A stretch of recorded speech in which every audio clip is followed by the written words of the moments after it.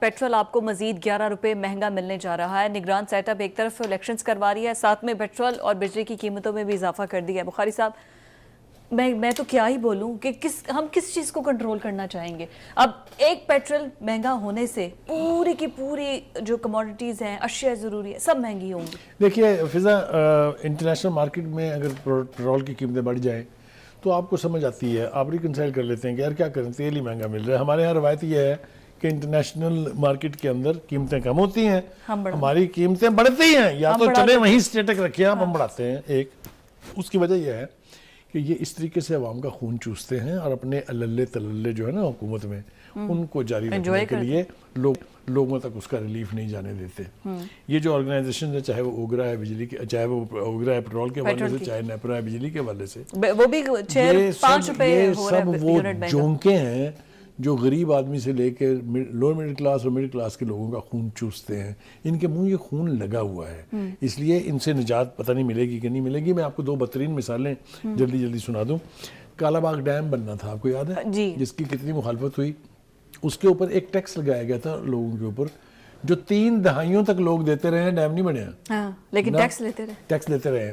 اسی طرح زلزلہ ٹیکس، یہ دیا میر بھاشا کا بھی تو وہی نا اس طرح سیلاب ٹیکس، زلزلہ ٹیکس.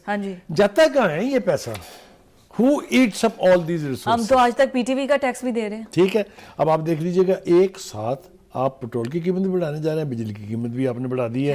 وہ کہتے ہیں جی 5 روپے 62 پیسے بڑھائی ہے، جس سے 49 بلین روپیز کا پاکستان کے عوام کے اوپر بوجھ پڑے گا. ابھی یہ آئی ایم ایف کے پاس ہم گئے نہیں ہیں، آئی ایم ایف نے ابھی شرط عائد کی نہیں ہے. لیکن میں آپ سے ایک سوال پوچھنا چاہتا ہوں، آپ مجھے جواب دیجئے. میرے دل میں پھڑک رہا ہے سوال. کبھی آپ نے دیکھا کوئی سیاسی لیڈر یہ پیٹرول کی قیمتوں میں اضافہ، بجلی کی قیمتوں میں اضافے کو کمپین بنا کے باہر نکلا ہو؟ کبھی یہ بل ان کو پتہ بھی نہیں ہوگا فی یونٹ کتنا ہونے جا رہا ہے. لہٰذا وہ کیوں کم کریں گے؟ جب کوئی ڈھنگ کی پارٹی یا کوئی ڈھنگ کا لیڈر ان ایشوز پر بات ہی کرنے کے لیے آمادہ نہیں ہے تو وہ یہ خون چوسنے کا عمل جاری رکھیں گے نا. اور جاری ہے یہ، یعنی اس کی تفصیل میں جانے کے بجائے میرے خیال سے صرف ان کا ماتم کرنا چاہیے. میں اور آپ مل کے ان کا ماتم کرتے ہیں کہ انہیں اپنے للے تللے چھوڑ کے غریب آدمی کا سوچنا چاہیے. بھائی ہمیں نہ دیں ریلیف، ہم شاید سسٹین کر لیں گے. نہیں، ہمیں کیوں نہ دیں جب وہ خود فری بجلی کے یونٹس لیں گے، فری وہ پیٹرول لیں گے، جب ان کو گھر فری ملے گا، ان کو گاڑی فری ملے گی، پروٹوکول فری ملے گا، یہاں تک کہ اسمبلی میں جانے کے ٹی اے ڈی اے ملیں گے. اگر آؤٹ آف سٹی جا رہے ہیں تو اس کے الگ ملیں گے. اب آپ کو پتہ چلا یہ پیسے کہاں جاتے ہیں؟ یہ سب ہاں تو پھر ہم سے نکالیں گے. اپنے للے تللوں کے لیے غریب آدمی کے اوپر بوجھ کیا ڈال رہے ہیں، بلکہ بلڈوزر کے ساتھ پتھر بڑے بڑے پھینک رہے ہیں. اچھا، آپ کو نا اسمبلی کے اندر اتفاق صرف ایک چیز پر ملے گا، جب اپوزیشن اور حکومت ایک لائن پر ہوتے ہیں، جب ان کی تنخواہ بڑھنی ہوتی ہے.